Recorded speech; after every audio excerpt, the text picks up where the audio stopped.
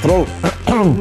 What I'm doing, where I'm going, I was panicking, I was worried. Then if it wasn't that, it was the creativity, specific cake, like a banana cake. I had no bananas. It was a beautiful feeling. Fuck it up. Fuck that.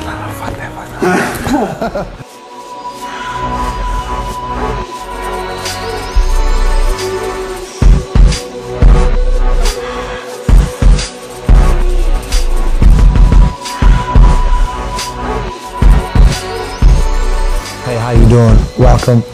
First of all, thank you for taking your time to watch this and hear me out. Today I'm reaching out to you. I'm actually sitting in the lounge at the studio.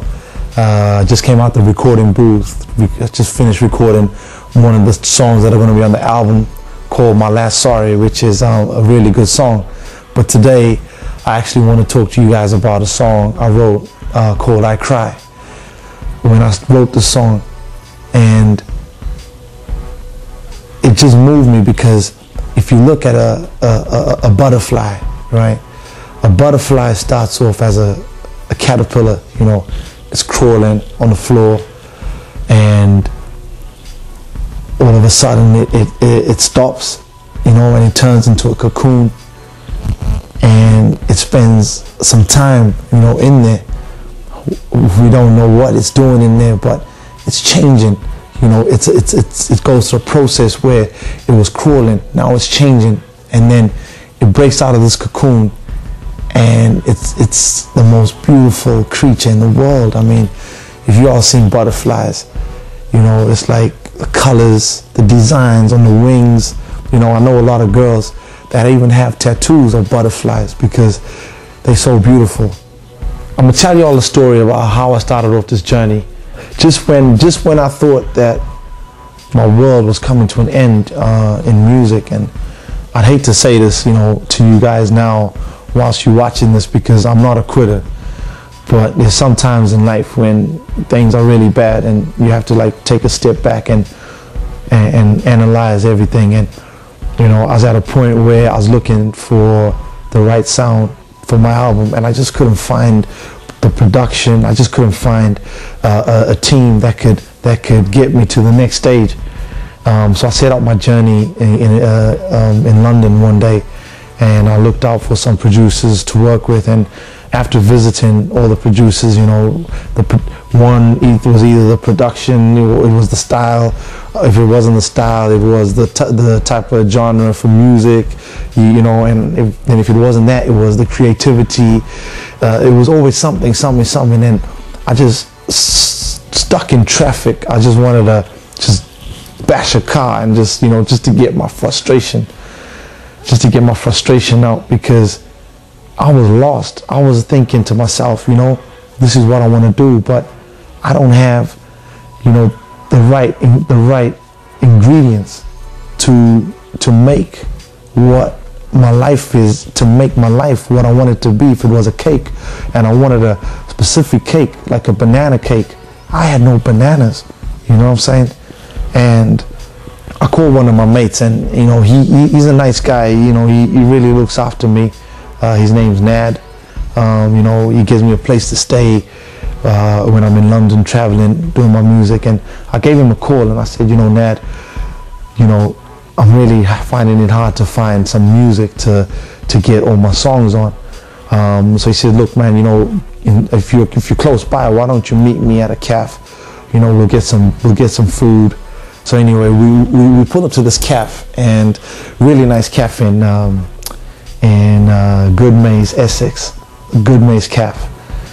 So we're having breakfast there, and I'm telling them about my day, how, you know, these producers I went to see, how you know, I just couldn't, you know, find the sound. And whilst we're talking, a guy walked over to us and said, you know, listen, I overheard you talking about producers and all this, and you know, I was wondering, you know, I have a friend that does beats, so I could take you to him, and you know, you could hear his stuff, and if you like it, you know, maybe it'll help you out.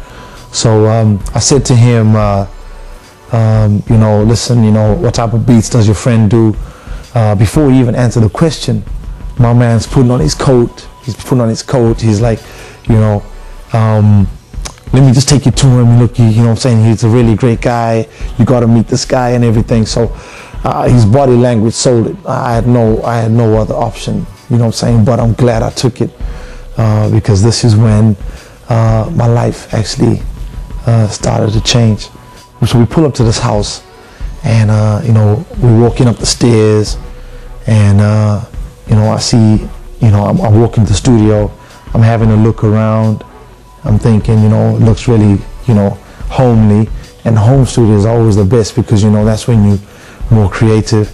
He introduced me to Ofe, who is Ofe of Bauhaus Studios, and we had a good chat to break the ice. You know, me, I love busting a few jokes, and because I'm from Zimbabwe, Africa, you know, people are always more interested in where I'm from and what it's like in Zimbabwe.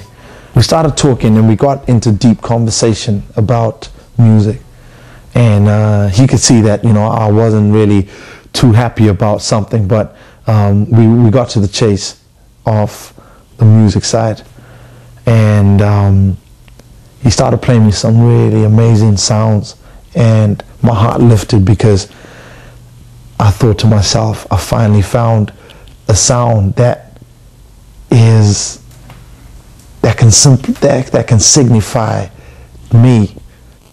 You know, he started playing the piano, and he played this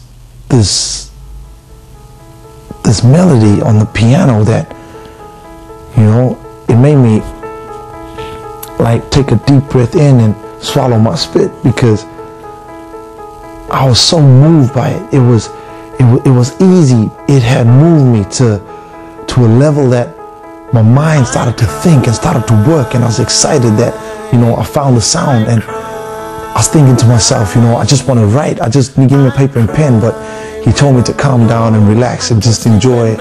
But, you know, I closed my eyes. I got my wings. I got my butterfly on, and this is it. The rest of my life, I'm gonna be flying. I'm gonna be living free like a butterfly. Everything